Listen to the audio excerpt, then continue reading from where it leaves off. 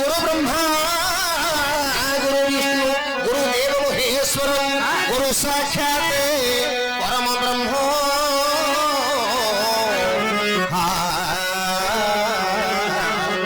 तस्मै श्री गुरवे नमः।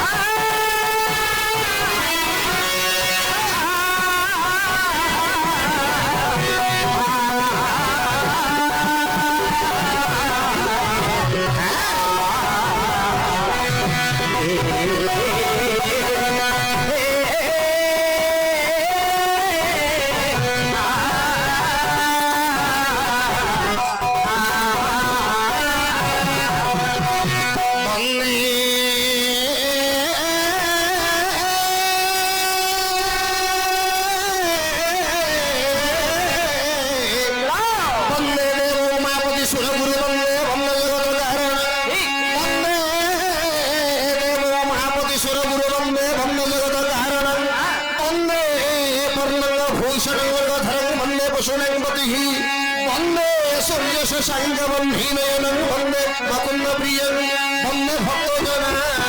स्वयंवरदो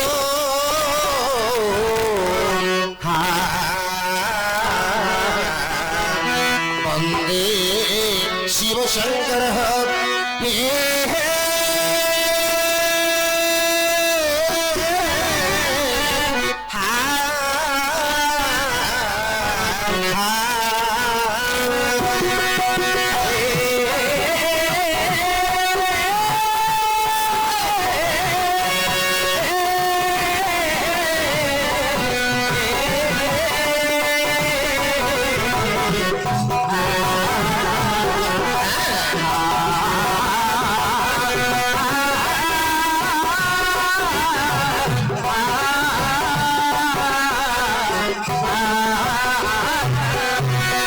नमस्ते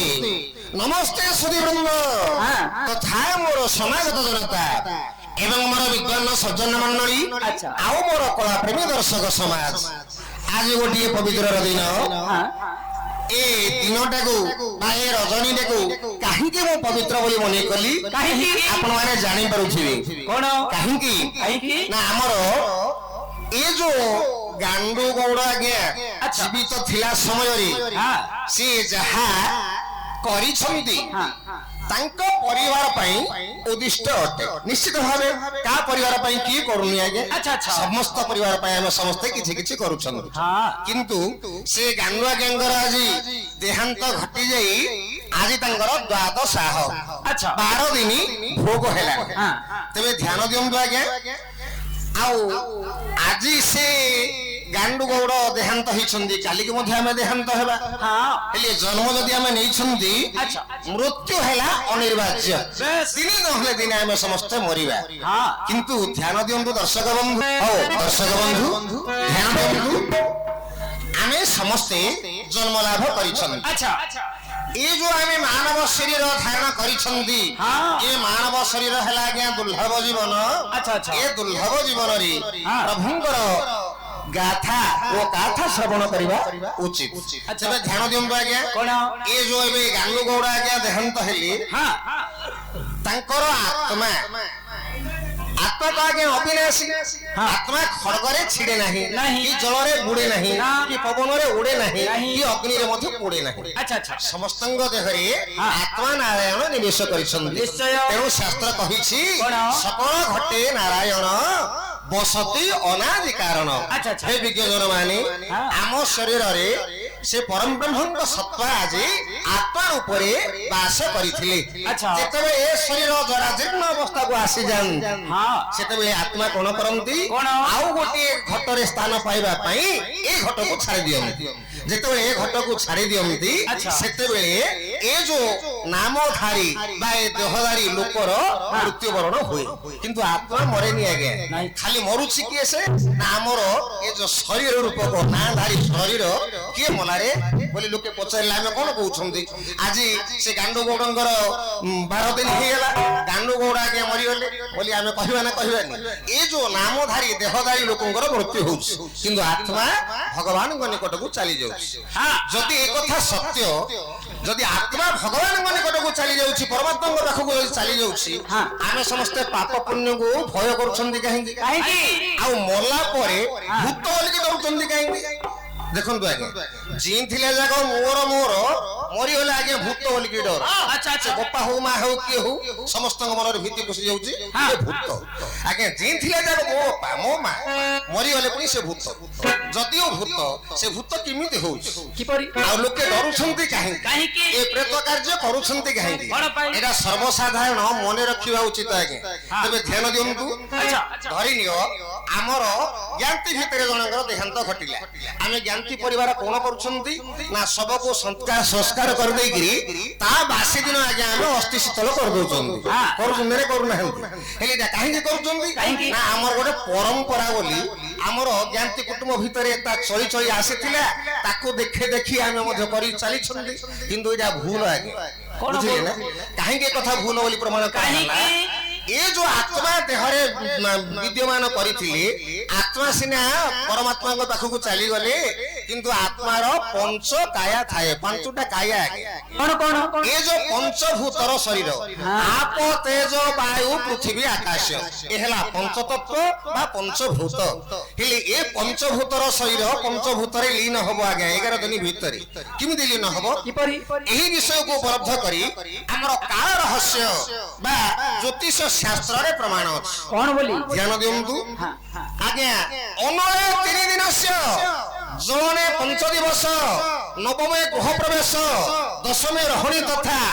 एकादश मध्य रात्रे प्रेत जानती जमालये हे विदग्ध श्रोता मंडली ए श्लोकर भाव कोन बुझिली आमे जो सबको संस्कार करूछंती बासी दिन अस्थि शीतल करबा नियम नुह कारण काहे जानछंती ए जो आपन को कहिली पंचतत्व बा पंचभूत जो स्थान रे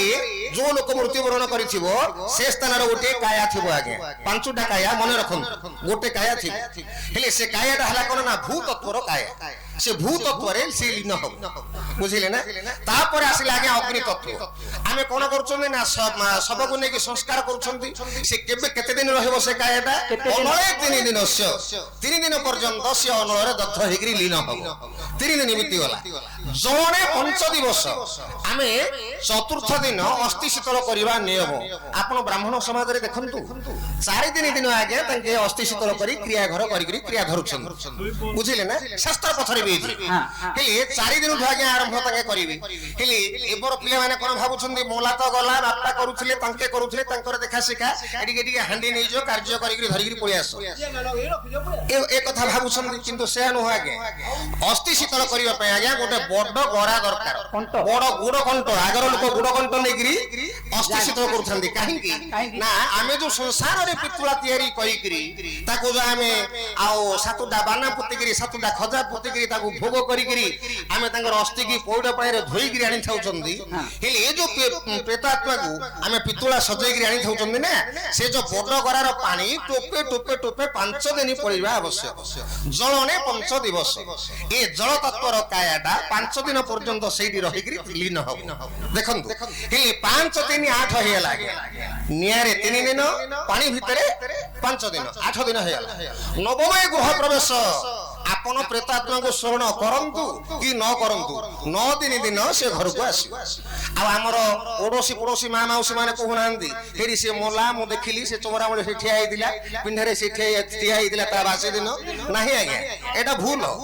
9 दिन ଆଜ୍ଞା ସେ ପ୍ରେତ ଘରକୁ ଆସିବ ଆଜ୍ଞା। ହେଲେ ସେଟା କୋଉ ତତ୍ତ୍ୱଟା ଆସିବ ଦେଖନ୍ତୁ ହେଲେ आप तेज वायु ये जो वायु तत्वटा ऊपर ऊपर उड़ुथुव पवन रे सी आसीब आज्ञा 9 दिन घर को आसीब आपण ताको स्मरण कर कि न कर से 9 दिन घर को आसीब।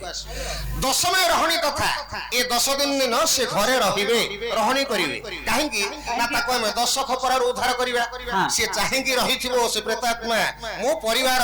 मते 10 खपरार उद्धार करूछंती ना नाही तेनु करी से 10 दिन घरे रहिबो आज्ञा। हेले आमे जो पाळ बरड करिकरी दीप जळी रखि थाउछंती 10 दिन आमे नेगिरी दशा खटौछंती तापरे से कायाटा आज्ञा सेठी लीन हबो तापरे आउ गोटे काया रहिला आज्ञा। देखंतु आपण दशा तठु आसिला समय रे आज्ञा 3 बाटिया सुंदरी रुहागारे काटुछंती से तळे तळे आ आसीबोनी से प्रेत बोली किंतु आज्ञा ये ऊपर ऊपर आसु ये हला आकाश तत्व से ऊपर ऊपर आसिकरी घर को आसीबाटा आसीबो आसिया परे एकादश मध्य रात्रे प्रेत जंती जमाए हे विदग्ध श्रोता मंडली 11 दिन आम जो जोजुलिया हांडी काटू नाहंती आपण माने देखुथिबे से बाली रे छपे कि मां माउसी माने रखिथिबे अंधार घर करी से जंदा हला ना पिंपुड़ी हला ना हाथी हला को पिठी रे गला ए प्रकार सब विचार बांधिबे आगे बुझिले ना 11 दिन रात्र एकादश मध्य रात्रे प्रेत जंती जमाए हे श्रोता बंधु 11 दिन रात्र से प्रेत जमाळ को जानती तेनु करी हमर परम शास्त्र भागवत रे लिखा अछि कोन बोली ए जीव जीवार निकटे नहीं चिंत अन्य घटे आगे आत्मा पळिछ भगवान पाखकु ए जो आत्मा शरीर बहिकरी भूपृष्ठ रे थिला से कोन करिछि कोन न करिछि ए विचार चलिथिबो ए जो प्रेतात्मा 11 दिन जीवनी सेठी तांगे स्थिर करिकरी अन्य घटर ताकू जीवन्यास दियंती देखंतु केरे सुंदर ए पद तेनु करी आमे समस्ते प्रेत कार्य जदि न करिबा से प्रेत कोन हबा आगे अमुख्य हि जो मुख्य हबनी से भूत हिगिरी बुली भूत हिगिरी डरेबो आपण माने देखंतु जोठे आपण माने जदि भूत बोलिकरी आपण भय करिवे